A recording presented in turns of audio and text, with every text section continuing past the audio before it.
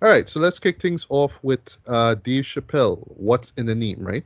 Yeah, so yeah. Also, we had to mention just speaking of comedians and stand-up comedians, the passing of Jak Knight. The only reason I know about this dude is he did a kind of sitcom thing with Freddie Gibbs, and yeah, he's so young. He's Oh, like which I was 28. meaning to watch. Yeah. Yeah, he's so young. He's like 28. I'm not sure how he died. I think they probably announced it by now, but I really don't know. I didn't even know that this was coming out until literally the day that it came out, right? So I was curious. I mean, I am a huge fan of Dave Chappelle. Ever since Chappelle Show, you know what I mean, and before that with his appearances in movies like Undercover Brother and Right. Half Baked and stuff like that, right? And yes, I know that he is arguably one of the most controversial comedians living or dead, right? We could just see that right off the bat, right? But there's still something about him that I just always gravitate to. I think it's something about his voice. I think it's something about how insightful he is. Where he's not just throwing jokes and jabs and all that kind of stuff. But there's always some sort of something real, something you know um insightful, you know what I mean? Just something that you could just kind of learn from, basically, right? And he's always gonna hit you with a point, right? I just always love how he kind of ends his performances with just like a great punch, like there's something to take home, you know what I mean? So there's always something you could kind of learn, right? So you could kind of just kick back, relax, and laugh along with him. But at the same time, he just giving you nuggets of information, and just stuff that he just learned through life and experiences and all that kind of stuff, right? So with this now here, right? Pretty much the premise is, this is literally following right after the release of the closer, right? Which Right. Ricardo and I reviewed. Yes, it is probably one of, if not the most controversial specials he's ever done. You know what I mean? He got a lot of flack, especially my main criticism is saying to with you, the amount of time, amount of minutes basically he spent just talking about the trans community and trans people don't understand his jokes and why the trans people getting mad and blah blah blah blah. And he just spends a lot of time on that, and it's almost to the Right. point that he kind of forgets about what it is, like what he's really trying to say. And it's almost like he's just Yeah. hammering the same point over and over and over, right? What surprised me about this, Ricardo, is how you ended up putting this as one of the worst things you saw in Yeah, it was. Yeah, 2021. That and really surprised me, man. I think I give a simple reason for it. Like the problem with it was he didn't tell that many jokes. I don't think it was that fun.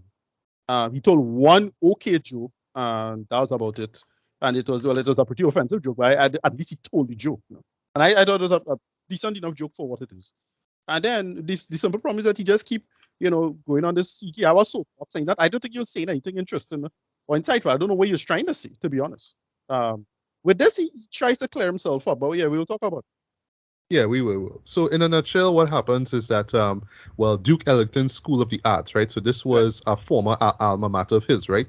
Uh, they were, they wanted to pretty much change the name of this theater that they renovated into the Dave Chappelle Theater.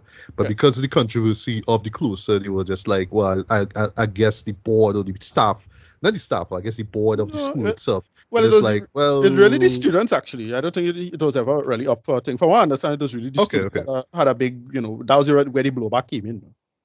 Oh, okay, okay, and in the So yeah, special, he did actually bring it up too, right? So yeah, he gave this acceptance speech basically, and it's just basically him just talking about his experiences there, how he got there in the first place, and that just all goes to the beginning of how he got into comedy in the first place. The teachers that he met at that school itself and how they inspired him to pursue, stand-up comedy, not just as a well, I should say as a career basically. How he just kind of built himself up from the ground up basically. And of course, if you're kind of familiar with his recent bits, he talks about the Chappelle Show and just how Comedy Central and the whole money on the table stuff, right? If you go on YouTube right now, you see like little excerpts where he talks about, yeah, it had all this money on the table and I walked away from it, right? And that's right, where it leads, the whole stuff with him going to Africa and all that kind of stuff, right? What he talks about also too is that how he was able to pick himself back up more or less reclaim his love for stand-up comedy and just continue to build his brand, or I should say restart his brand basically, right? And that's what led to, of course, his appearance on Saturday Night Live back in 2016. This is right around the time when Trump was about to be elected, to be POTUS. And then, of course, the Netflix deal that he signed on, and just the specials that came out of it, right? And it pretty much ends around the point of the closer, right? And then he just kind of mentions about how he feels about it, right? But he also mentions near the end how pretty much saddened he was, right? Where students of Duke Ellington were kind of just like pissed at him for all the negative stuff that he was seeing, or I should say stuff that he was seeing in general about the trans community, right? And he kind of defends himself in that point as well too. But he makes up point, right? And this is what I want to address right after we hear your thoughts on this special here, right? About art, about the power of art, and just just how valuable, just how valuable both intellectually and commercially art can be, right? So, it's the idea that, yes, I said this thing, and, it's even to the point that he said that, he thinks that, in his opinion, he closes a masterpiece. That's your opinion, fine, whatever, you're the artist or whatever, right? But, it's just really the whole idea of, okay, this is art, and you should kind of treat it as is. But at the same time, people are offended by this. So, that's the issue really I want to address here. But, Ricardo, your honest opinion on this special here. Yeah, it was all right. He didn't really say anything interesting or insightful per se. I mean, the art stuff is stuff that I already agree with, or I thought that was all right, I suppose. The thing is, going in the fallout from the closer, for me, I do still somewhat sympathize with the position, and I think I've had some time, and other people have had some time to clarify what he's trying to kind of say, even though I still don't think he put in that message out particularly well, where there is a, for lack of a better term, how to describe it, boy, elite capture, if you know what that means, right? And it's this idea of people using, victimhood, or using aesthetics, or using identity politics to just shut down somebody and take. Look, we've seen this, right? You see people have no problem engage in that kind of, for lack of a better term, cancel culture, right? I mean, you see what went on with Lizzo the other day, right? Which was like really unfair and ridiculous, right? I know, right? Yeah. Now, to be fair, I don't think he's anywhere in that same framework as Lizzo. Like, I think Lizzo has a genuinely sympathetic, in a genuinely sympathetic position. He, on the other hand, just come across as just generally insensitive, in my opinion. He's still dead naming people. He's still like doing bullshit like that. No. But I still thought this was okay for what it was trying to do and what he was trying to say, as it is. The stories, and again, he's a good storyteller. Like, he keeps your attention for the entire time. What he's trying to say and do, his history, the stuff about Chappelle show. Most of that you learn, right? Like, I remember there was a point in time where the whole Dave Chappelle sighting thing was like, it's like fucking Bigfoot. No? And you used to catch some of those. It was kind of like, you'll see that on Dig or Reddit or something like that. Dave Chappelle in this small nightclub in New York, or Dave Chappelle in some restaurant in Pittsburgh. And yeah, it was him. And he just did a set in really random places. And it was funny shit. Like, it was really good stuff, good material. But with this, as I say, it's a little self-aggrandizing, I think. He makes a lot of claims about himself, which some of it I agree. Like, he talk about how another person will never replicate what he replicates. I agree with that. Like, the timing, the point in time he exists, what he say and do, I agree with that. As for the closer being a masterpiece, I know about that, bro, to be honest, right? I know. Yeah. I still, think his stuff in the mid 2000s, in 2004, was still, like, to me, his apex material. His latest stuff in Netflix is okay. Again, other than the trans stuff, we really need to still clean up and sort out. He's still trying to tell trans jokes, but it's still the same shitty jokes that you'll read on 4chan somewhere, and that is my problem. The material itself is just really weak. Like, he's still trying to tell jokes, but they're not insightful or interested. They're not even that clever as material. That's a simple fact. Like, you can tell trans jokes, and I have no problem with that. I could be offended for that for other reasons, but you still have to tell a joke. or at least tell an interesting joke. You have to do something new. You can't rip off something that you read on fucking Reddit 10 years ago. I mean, come on, it's still the same bullshit, and that's why I kind of pull him up on to be fair. Yeah, well, again, I forget a couple other points that was not worth saying. There is one thing he said at the end which is very funny because again, this is part of the whole elite capture aspect of this that I do think is potentially very insidious, where he makes a mention of he calls it the Jared Carmichael thing. Oh, theater, yeah, Right. yeah. That is very funny because again, Jared Carmichael is in a kind of weird space, a very precarious position himself, right? He's a person long before all of this was played out, and long when I first discovered Jared Carmichael, and this was like 2011 or something like, he was kind of the new Dave Chappelle for many people. He was like a millennial Dave Chappelle effectively. And then especially him coming out as gay recently, although that wasn't interesting news because I thought he came out as bi before. So like, all right, well, you come out as gay. That really changed. Yeah. I thought he came out as bi years ago. So they tried to make that out as some kind of big deal in the special. And I was like, all right, that's where this was not particularly new information. But apparently it is. Anyway, I could see a bunch of like the usual wrong forces. Again, people who are supposed to be on my side, but they're kind of insidious in their own way, kind of propping him up to replace Chappelle. Like you could see that, right? And he kind of feed on that joke too, right?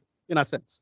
So that was kind of clever and to be somewhat observant because like it's not a shot at Carmichael per se, but at the same time, it's you can see who he's talking about. That's my last point on Chappelle himself. Like, look, Chappelle is a person because he couches material in comedy. He always had a kind of conspiracy territorial kind of attitude towards the world, right? Like a lot of his bits are effectively conspiracy theory bits. You know, it's NOI and Louis Farrakhan talking points. I would argue, right? And you know, I don't think it's a coincidence that him being a black Muslim, him having those worldviews. This is not against Islam or anything like that, but talking points were there. Let admit that. And he always had those talking points. It's just because it was couching comedy. You didn't give it no route, and you have to if you're willing to accept that, then you realize or totally understand where Chappelle kind of coming from, or at least how he does think. And for better or for worse, yeah, it potentially very insidious. He does play on a lot of tropes that was always a concern for me, but that is what it was now, as it is. So that's how I feel about that. All right. Well, my thoughts on this are as follows, right?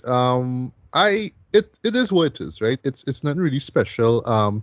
It's inspirational in spots though, and this is one thing I have to, I have to appreciate and commend Chappelle for, right? Because again, he's talking to this these students, this audience of students, basically. He's just bringing up old lecturers, some who actually are alive, some who passed away and whatnot, and you could kind of hear the support. You could kind of hear like he's just kind of getting the crowd interested in all that kind of stuff, right? And you could tell that, yeah, he just has, I don't know, just so much that he took away from that school. You know what I mean? So it's not like he left with regrets. He came back and just like, wow, all these memories and just how they made me, all these experiences and made me who I am today, right? Which I appreciate, right? I kind of saw the whole with him, him connecting it, all this stuff to the response to the closer. I did see that coming, but I felt it kind of strayed away from the message itself, right? Right. But that's kind of hard to say because he's talking about, well, it's art and all these kids who they're freshmen and they're all like mad at me for what I said about trans people, all that kind of stuff, right? But they never talked about artistic integrity and freedom and all kind of stuff. My thing is like, all right, like okay. I agree with what you're trying to say there, but you see, it is ring hollow because he's not saying anything interesting when it comes to the trans community. He's not saying anything interesting. That's my main problem. He's not bringing an argument. I still don't know what he exactly trying to say when he's going against trans people. Like you'd have a cup again. It's typical like conservative talking points. He just rattling off now. That's how it's coming across to me. Again, some of it I agree with. I do agree that they could.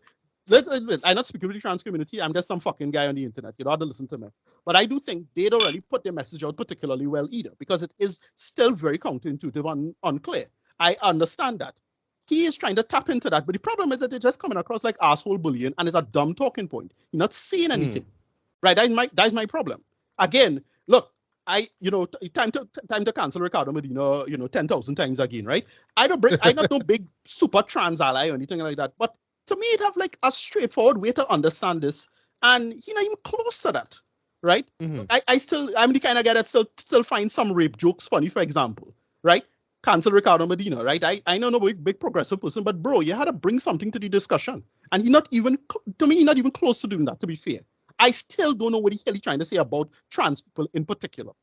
Like, I don't know what he's trying to say, to be honest, right? Look, it's fine, you know, if somebody could tell me what the argument he's trying to make exactly, that is not basically a rattling off our conservative talking point, I've yet to hear it, because all of it is like, yeah, well, let's have a reasonable and straightforward response to that. Some of it isn't great, but you know, it have a straightforward, like, you're not bringing anything to the discussion. That's my big problem now, as it is. So yeah, that's my last kind of take on that. Something else I was about mind slip. I forget what I was saying. Right. Well, okay. So for me personally, it's kind of hard for me to articulate, right? You know, the whole idea of art, and should I respect what I'm seeing or what I'm hearing because it's art, it's from an artist, right? I think the best way to describe it, like you know, I'll just use this example, right? You know, over the decades, you know, it have filmmakers who just really challenge viewers, right? They always try to find some kind of way. I'm not going to call names, you know what I mean, to push the envelope, you know what I mean, to kind of get you to feel that kind of way, right? But they kind of do it literally by offending you, right? Right. But at the same time, you know, you could be offended the first time and kind of come out of it like, no, I don't want to see this or experience this ever again. But, you know, you may go back to it another time and be like, oh, okay, you're trying to say something with this. Right. And as you finally understand what it is the person's trying to say, it's like, oh, okay, now I see. So basically using this, you know, this, you call it art now, you know what I mean? Basically because of what it's able to do. But because the closer where it just kind of felt like a hissy fit, like it's just like, oh, trans people don't like what I'm saying, and it's just the same notes being hit over and over and over again. You're not really making a real point. But it's hard for me now to come and say, okay, so all right, so you're really trying to say something bigger, like you're trying to say something, you know, something that we never really picked up on about the community. Again. So now I should treat that as art because you're saying something I didn't pick up on. No, it just felt like a hissy fit. So am I now supposed to look at you, you know, a comedian who's been in the game for decades now, and say, all right, he's an artist, he made this, so I must at least appreciate the fact that it's art, because that's what he was saying. That's the thing that he said pissed him off, offended him. It's just that all these kids were talking bad about all the things he said, but they never brought up anything about art, artistic expression.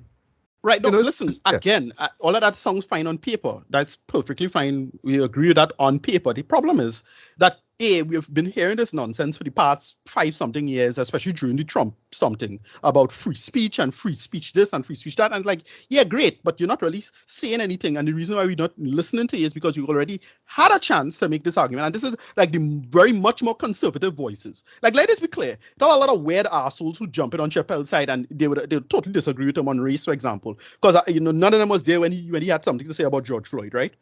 Let us be clear about that. But again, my attitude is that he with this particular issue, because he's not bringing anything, as you said, he's not bringing anything to the table, like concept-wise. So for him to fall back on this art talk, it's like, yeah, right, fine, but like, where's your point though?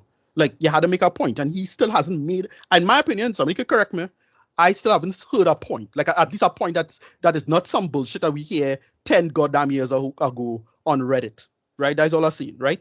He's not bringing anything truly insightful to this particular discourse. I think he has brought stuff very insightful when it comes to race. He's brought stuff very insightful when it comes to other aspects of gender, but not this. This one, it is not there. I'm not seeing it. I haven't heard anything that's particularly interesting. That's not some dumb joke or, wow, what if LeBron James play in the WNBA? Like, okay, motherfucker, we know. Like, that's not central to the discussion. That's not interesting. None of that is interesting. And that's my whole thing with this. Again, it's a lot of good stories. Like, you talk about old teachers and you know, with the audition story was nice. I'm not gonna really rate this because, again, it's not a show. It was just a speech. Yeah, like, it's a special. It's a speech. So it's just a speech. What we're gonna give it, like, what, a 4 out of 5 for a speech? And then, well, the big decision, which it is a decision I kind of respect, which is, yeah, just give up your name. It's not a big important thing, and just drop it. Like, don't make a big deal out of it, and if you don't want your name associated with this thing in this way, good. That to me is like some good skin in the game. You don't want to take the glory for something like this, especially when people are gonna be like bringing you up for it. And again, there's a lot of performative outrage on the other end about this. Like, you talk about this white woman who she can't stand if his name signed to something. Like, yeah, that kind of person is obnoxious. Like, let us be clear about that. He is right about that. As I say, it have people who trying to be holier than thou when it comes to this quote-unquote cancel culture stuff. Like, it have a lot of people like that who, even if you apologize, they won't accept it. They'll still send you shitty messages. And they'll use it as an excuse to try to turn back on you. Again, I don't think this is the exact same situation, but it is an example of a situation. Lizzo, right? What's going on with Lizzo? All right, this is my last point I wanted to just get to. I know it'll come back in my head. You could also make a point that has come across as kind of shitty, but it's actually a really good point, and you're criticizing it from a legit place. Here's an example.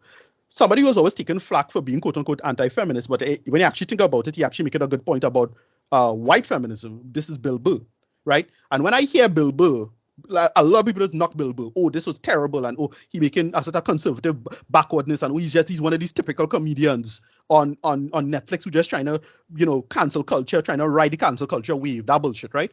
But when I hear Bill Burr talk, really what he sounds like is a black woman insulting and pulling up white feminists for being bullshitters, because a lot of white feminists are bullshitters. Why? Because that's his black wife talking through him. That makes sense to me. That's why I take somebody like Bill Burr a lot more seriously than the average comedian when they're talking about issues involving feminism, because the issue of white feminism is really problematic. Sorry. So you had to get into all of that.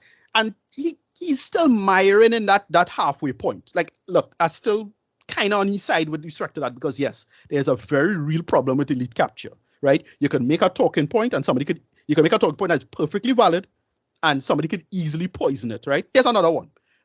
Black women and medicine, right? A lot of black women are very distrustful of modern medicine, right? Why?